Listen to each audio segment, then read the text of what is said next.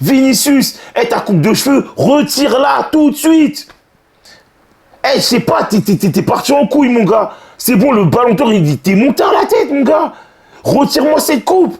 Parce que j'ai l'impression que c'est la coupe qui t'a un peu dérangé, là, qui t'a rendu fou, là. Retire-moi cette coupe. Ça t'a perturbé ou quoi? Cette histoire de ballon d'or, cette histoire de Qatar, je sais pas quoi, transfert à 5 millions ou à 1 milliard, je ne sais quoi et tout. Mon gars, réveille-toi.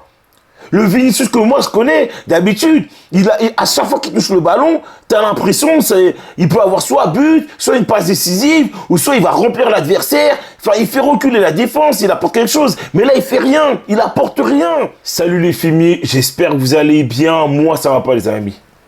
Moi, ça va pas. Aujourd'hui, encore, le Real Madrid a fait 1-1 contre Las Palmas. 1-1 contre Las Palmas. C'est la crise. C'est la crise, il va falloir qu'on parle de Carlo et de tous les autres joueurs et de tous les joueurs. Je bégaye tellement, ça me rend fou. Ça me rend fou, ça me rend fou. On va commencer tout de suite les amis. Surtout avant de commencer, n'oubliez pas de vous abonner, lâcher un petit like, un petit commentaire. Ça aide vraiment la chaîne. Là, il faut vraiment qu'on parle tout de suite de ce match-là parce que c'est chaud bouillant. Bon, déjà on va parler de Carlo les amis parce que là, c'est trop pour moi, c'est trop. Je sais pas ce que Carlo fout à l'entraînement avec les joueurs. Je sais pas ce qu'il leur dit. Je sais pas du tout ce qu'il met en place. J'ai l'impression qu'il met rien en place. J'ai l'impression qu'il lâche le ballon en plein milieu et vas-y les gars jouez.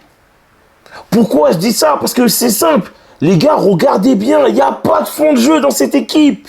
Il n'y a pas de fond de jeu, il n'y a pas de cohésion, il n'y a pas d'envie, il n'y a pas il n'y a rien. Il n'y a rien, j'ai même pas les mots, il n'y a rien du tout. Il n'y a rien du tout et je ne comprends pas. Je comprends pas. Déjà, commencez par la formation. Les gars, je vais vous mettre la formation comme d'hab. Vous savez déjà, je vous la place toujours ici. La formation, les amis. On a joué un 4-3-3. Moi, j'avais réclamé un 4-4-2 et en vrai, pour moi, la meilleure solution déjà pour commencer, c'est le 4-4-2.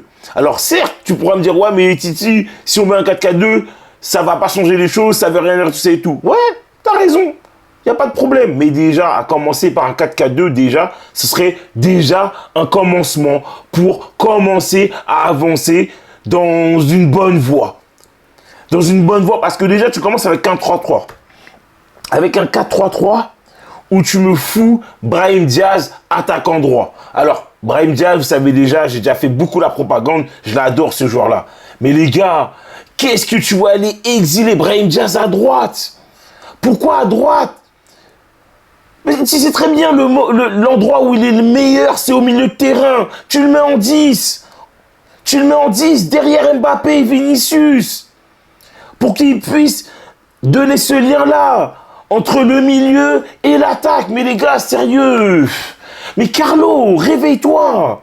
Tu joues en 4-3-3, tu mets Brahim Diaz à droite, tu mets Modric avec Tchouaméni en double pivot. Alors, en soi, c'est pas une mauvaise idée. Le double pivot, Tchouaméni, Modric. Mais là, le souci, c'est que les mecs, ils font rien.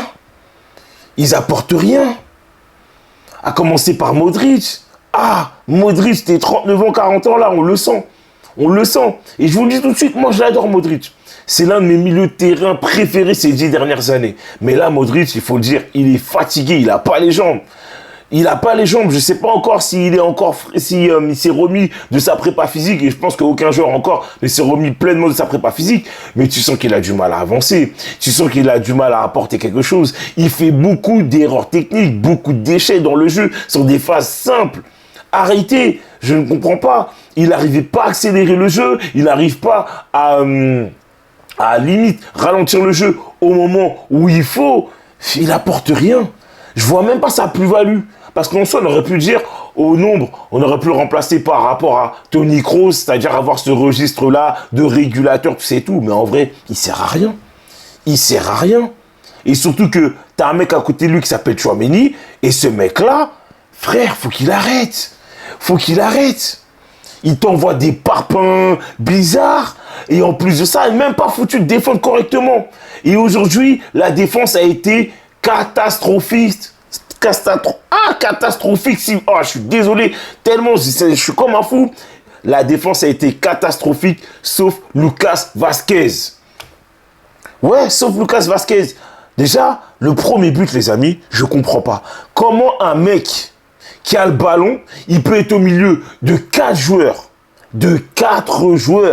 dont t'as Rudiger, Militao, Tchouaméni et je sais plus qui encore. Ils l'ont encerclé, ils ont encerclé un mec. Vas-y, ils veulent pas faire de faute, il n'y a pas de problème. Mais comment ça se fait que le mec, il arrive à 2 mm de Tchouaméni, il s'arrête de jouer en pensant que c'est peut-être Militao qui va prendre le ballon. Mais frère, t'es sérieux, mon gars? Tu crois on est dans quoi, là? Oh! Mais balaye-le, le mec! En plus, t'es en dehors de la surface. Au pire des cas, il y a faute, on s'en bat les couilles. Mais balaye-le, pourquoi tu t'arrêtes de jouer? Tu t'arrêtes soudainement de jouer. Parce que moi, le premier, et plein de gens, on a loué vraiment le registre où on sait que toi, quand tu défends, voilà, on peut avoir confiance en toi, tout ça et tout. Mais là, je suis désolé, depuis le début de saison, tu n'apportes rien défensivement. Parce que tu n'es même pas capable de nous apporter offensivement, de réguler le jeu, de faire avancer le jeu, d'accélérer le jeu. Alors, au moins, la moindre des choses, c'est défendre correctement, mon gars. Tu n'arrives même pas à défendre correctement. Tu nous as servi à rien sur ce match-là. Vraiment, ça sert à rien. Ça sert à rien. Autant mettre Valverde en 6, et puis voilà, basta. Parce qu'en fait, Valverde, c'est le seul milieu de terrain qui essaye d'apporter quelque chose. Parce que Valverde, il court partout, il est partout. Il défend, il essaye de créer quelque chose, il essaye de créer le jeu, il essaye de tirer, de s'entraîner, il essaie de tout faire, le mec, mais il ne peut pas tout faire tout seul. Le football, ça se joue à 11 contre 11. Et Rudiger, Militao, excuse-moi, qu'est-ce que tu nous as foutu sur ce match-là? T'étais nul, 0. Et là, on pourra même pas me dire, ouais, les ligaments croisés ou je sais pas quoi, il est fatigué. Non, c'est qu'il a trop d'errance défensive. Trop d'errance. Aujourd'hui, j'ai vu que Rudiger, Vasquez et Valverde apportaient quelque chose dans le jeu. Vraiment, que cela. Vraiment que cela. Et moi, je suis inquiet. Je suis inquiet parce que là, quand tu vois déjà, premièrement, tu ne joues pas avec une formation que tu as l'habitude de jouer. Tu mets un 4-3-3. Tu as un Kylian Mbappé, nouveau joueur qui vient d'arriver.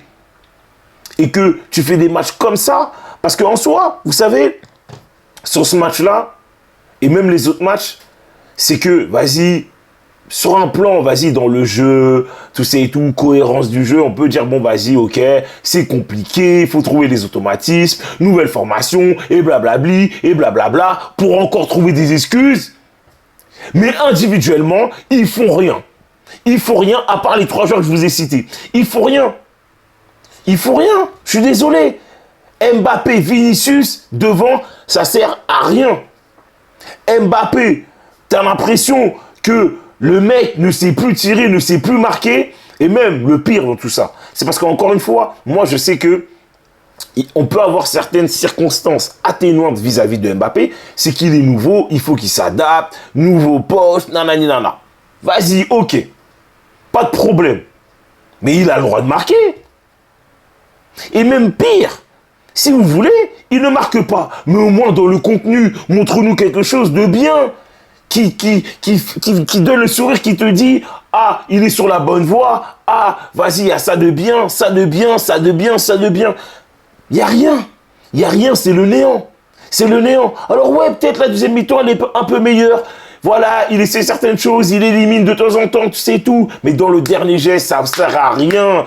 Et puis je trouve qu'en fait, il a trop du mal à se faire voir, à être dans la cohésion de jeu, tu sais tout. Déjà qu'en termes de cohésion, t'es 0. Mais lui, c'est moins 10, frère. C'est moins 10. Et là, ce que je vous raconte, je ne sais même pas ce que je vous raconte, tellement c'est claqué. Tellement c'est claqué. Vinicius, ta coupe de cheveux, retire-la tout de suite. Je sais pas, t'es parti en couille, mon gars. C'est bon, le ballon d'or, il dit, t'es monté à la tête, mon gars. Retire-moi cette coupe. Parce que j'ai l'impression que c'est la coupe qui t'a un peu dérangé, là, qui t'a rendu fou, là. Retire-moi cette coupe. Ça t'a perturbé ou quoi? Cette histoire de ballon d'or, cette histoire de Qatar, je sais pas quoi, transfert à 5 millions ou à 1 milliard, je ne sais quoi et tout. Mon gars, réveille-toi. Le Vinicius que moi je connais, d'habitude, à chaque fois qu'il touche le ballon, tu as l'impression il peut avoir soit but, soit une passe décisive, ou soit il va remplir l'adversaire. Enfin, il fait reculer la défense, il apporte quelque chose. Mais là, il fait rien, il apporte rien. Il apporte rien. C'est flou. C'est pas juste, il n'y a rien. C'est pas possible. Et encore une fois, c'est là où je comprends pas aussi le choix de Carlo Ancelotti. C'est que quand tu joues un 4-3-3, et qu'à la mi-temps, tu fais des remplacements. Alors certes, tu fais des remplacements, il n'y a pas de problème, tu le fais tôt, le remplacement. Mais déjà, la cohérence de ton remplacement, parce que on va regarder, tu fais rentrer Rodrigo. Tu fais rentrer Rodrigo, il n'y a pas de problème. Tu le mets attaquant droit. Et d'ailleurs, Rodrigo, très bonne entrée. Et c'est d'ailleurs le seul depuis le début de saison, offensivement, qui apporte quelque chose. Mais tu sors Modric. Il n'y a pas de problème, tu me sors Modric. Mais Brahim Diaz, il ne faut pas me le sortir. C'est lui que j'aurais mis en 10 à la base. C'est lui qui peut dynamiter le milieu de terrain. C'est lui qui peut casser ses lignes défensives. Ballon au pied. C'est lui qui peut déstabiliser le milieu de terrain. C'est lui qui peut percer. Et là, moi, ça me fait peur parce qu'en fait, il y a trop de problèmes défensifs, il y a trop de problèmes offensifs. Parce que défensivement, il n'y a pas de cohérence. L'adversaire, Las Palmas, t'a baladé. Ils ressortent le ballon normal, easy. Vinicius qui ne défend pas. Mbappé qui ne défend pas. Qu'est-ce que tu veux faire? Qu'est-ce que tu veux faire? Il y a des trous béants. Il y a des trous béants. Alors, Las Palmas, on n'a pas concédé d'action, tout ça et tout. On a pris un but, mais on n'a pas concédé tant d'actions que ça. Peut-être 3, 4, 5 grands max, et encore. Mais ce que je veux dire, c'est que, normalement, l'adversaire ne peut pas ressortir le ballon aussi facilement. Surtout que Carlo Ancelotti, c'est pas le plus fort pour apporter cette cohésion-là sur le pressing.